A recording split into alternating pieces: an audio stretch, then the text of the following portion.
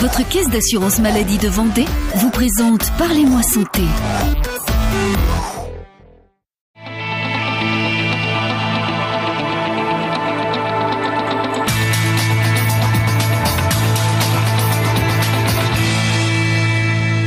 Bonjour, bienvenue dans votre émission Santé, Parlez-moi santé, présentée en partenariat avec l'assurance maladie de Vendée.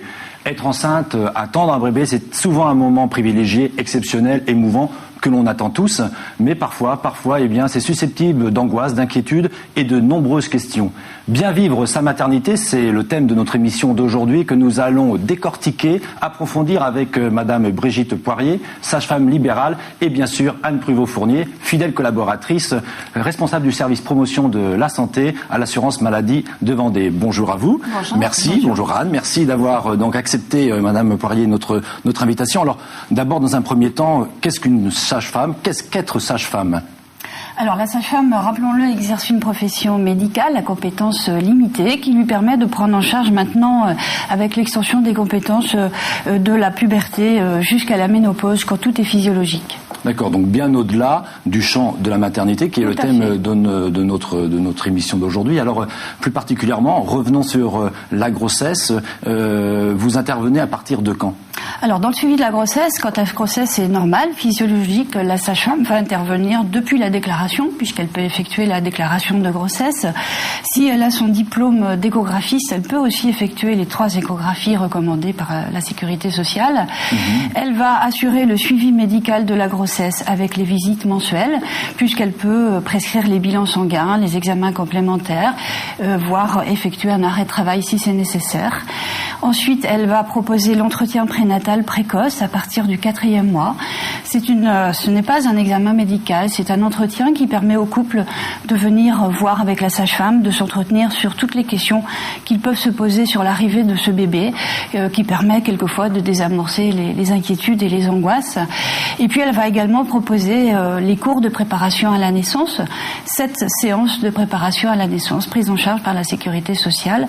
Donc, ce qui montre combien la sage-femme peut suivre la grossesse quand elle est physiologique. Alors, la place si je peux me permettre, la place du médecin traitant, par rapport à vous, c'est un suivi complémentaire ou à la rigueur on peut s'en passer? Voilà, ça peut être totalement indépendant. La sage-femme peut prendre en charge la totalité de la surveillance de la grossesse quand elle est physiologique. Je voulais rajouter qu'en cas de grossesse pathologique, évidemment, la sage-femme passera le relais à l'obstétricien ou au médecin traitant, mais elle peut également... Qu'est-ce qu'on entend par grossesse pathologique ? Alors à partir du moment où il y a par exemple un problème d'hypertension, de diabète, voilà, des choses un petit peu plus qui vont demander une surveillance particulière. Mais là encore, la sage-femme, en relation avec le médecin ou l'obstétricien, va suivre à domicile la grossesse pathologique. On lâche pas, si je peux me permettre, votre patiente, vous la lâchez pas comme ça entre les mains. Par contre, vous l'orientez dès que vous sentez qu'il y a une nécessité d'avoir un suivi plus approfondi. Tout à fait. La sage-femme travaille en réseau et va justement orienter les patientes quand c'est nécessaire. C'est une profession avec des missions élargies, donc que vous pratiquez de plus en plus présente autour de la maternité. Il est vrai que depuis quelques années, les compétences des sages-femmes s'élargissent, puisque maintenant nous pouvons faire les consultations de contraception, par exemple, ce qui nous permet, de suivre vraiment la femme dans sa globalité, comme je le dis, de la puberté jusqu'à la ménopause. Alors l'assurance maladie a également un rôle important. Quelle est votre mission particulière autour de la maternité? Alors effectivement, l'assurance maladie essaye d'accompagner au mieux ces jeunes mamans parce qu'effectivement, un tas de choses vont être modifiées aussi bien sur leurs droits administratifs qu'au niveau de leur santé. Donc c'est notre devoir d'être présent à côté d'eux et effectivement, on a un parcours attentionné qui est mis en place qui va de l'envoi de guides spécifiques qu'elles peuvent consulter régulièrement et qui est chargé d'informations sur leurs droits, les indemnités journalières, leur congé maternité, mais également sur la santé, l'activité physique, l'alimentation, enfin un petit guide qu'on peut consulter régulièrement. Oui, parce que les questions sont multiples. Tout à fait. Bon, bien sûr, le corps change, il y a une vie qui se développe en soi, mais c'est également tout un environnement qui est bouleversé. Et là, vous ressentez ces inquiétudes, ces angoisses de ces jeunes mamans?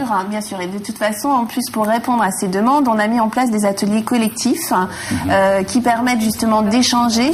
Alors, il y a 2 types d'ateliers. Des ateliers qui sont sur les droits et prestations co-animés avec la CAF, donc la Caisse d'allocation familiale, médicale. Et puis un deuxième atelier qui, lui, est sur la santé de la future maman et de son bébé. Donc c'est accompagné, co-animé là avec une sage-femme qui permet justement d'échanger et de répondre à toutes les interrogations qu'on a, sur lesquelles on a envie d'avoir des réponses. Vous avez participé déjà à ce type d'atelier, madame ? Non. Non, pas encore. Non. D'accord. Ça vous manque ? Bah oui, pourquoi pas. Ça peut être. C'est une autre facette. Comment se passent ces ateliers ? Les gens viennent librement, vous les invitez, ils se déplacent. C'est pas une convocation obligatoire. Non, pas du tout. C'est sur effectivement, c'est une invitation qui est envoyée, surtout pour les ateliers collectifs, en tout cas aux femmes qui attendent leur premier enfant, puisque les autres souvent ont déjà les informations. Donc c'est surtout pour celles qui attendent leur premier enfant. Il y a tellement de choses qui changent que c'est bien d'être accompagné, et donc on veut être présent à leur côté. Bah écoutez, je propose d'écouter une maman qui va nous raconter, nous dire ce qu'elle vit dans ces ateliers. J'ai plusieurs personnes qui m'ont suivi pour le début de la grossesse, donc c'est pas toujours facile de se retrouver face à des personnes différentes. Ça a permis d'éclairer, de tout resynthétiser. Ça a répondu à pas mal de questions que je me posais. C'était surtout par rapport à l'allaitement. Je suis pas immunisée contre la toxo, bien refaire le point par rapport à ça. Je me marie au mois d'août et je savais pas si je devais l'allaiter ou lui donner le biberon. Puis là, je vais prendre les documentations pour avoir encore plus d'éléments. Et puis si besoin, de toute façon, je pense que je peux appeler. Dans l'ensemble, faut la faire.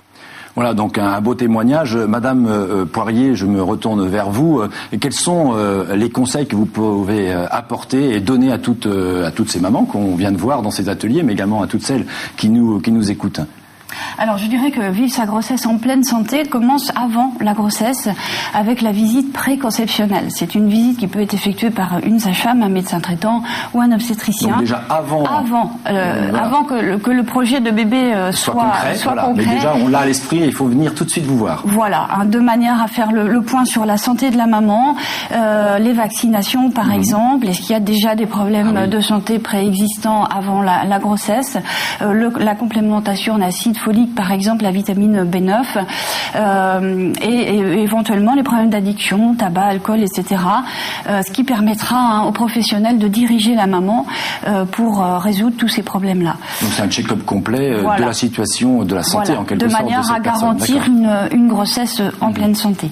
Quand le bébé est là, la maman donc va bien suivre toutes ces consultations avec bien sûr les consultations mensuelles, l'entretien prénatal précoce que j'insiste pour diriger les couples vers cet entretien dès le 4e mois, qui permet justement de faire un bilan complet par rapport à l'arrivée de ce bébé, l'accouchement et puis le rôle de parentalité bien sûr. Déjà 4 mois. On se projette sur l'arrivée du bébé dans la famille. Dès 4 mois, le couple peut rencontrer une sage-femme pour cet entretien-là. Je vais rajouter, excusez-moi, mais c'est vrai que c'est pas parce que vous êtes suivi par un médecin généraliste que vous ne pouvez pas aller consulter une sage-femme pour faire ce bilan, parce qu'il est très intéressant, très complet. Le papa peut être présent, donc c'est vraiment, on aborde le projet de la grossesse. Vous abordez les aspects également alimentation avec la femme, avec le couple. Voilà, par exemple. Alors, rappelons tout de même que la grossesse est un phénomène naturel et que la maman va en général bien se porter. En ce qui concerne l'alimentation, on va bien sûr conseiller aux mamans une alimentation variée, équilibrée. Rappelons qu'elle ne mange pas pour deux, mais elle va plutôt axer sur la qualité de son alimentation. La prise de poids moyenne pour une grossesse se situe entre 8 et 14 kilos pour les mamans un peu plus grandes. Donc voilà. Pas de panique si c'est dans cette partie-là. Voilà, tout à fait. À une alimentation variée, équilibrée, la maman va également ajouter des exercices physiques.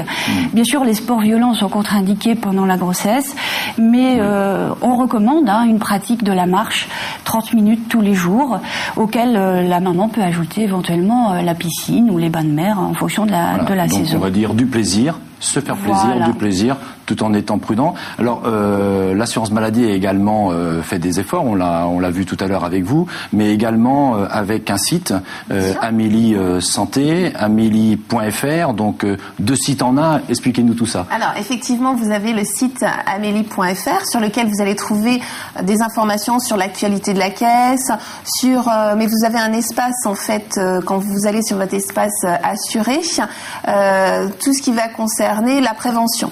Donc, ça ça va être une thématique assez globale. Ça peut aller du mal de dos et pour ce qui nous intéresse le plus, sur la grossesse. Mais ça va être assez général sur l'alimentation, sur les médicaments à éviter, les dangers du tabac, de l'alcool. Mais à partir de là, vous avez aussi la possibilité d'aller créer votre compte qui vous permet donc c'est un espace sécurisé sur lequel vous allez rentrer avec des codes.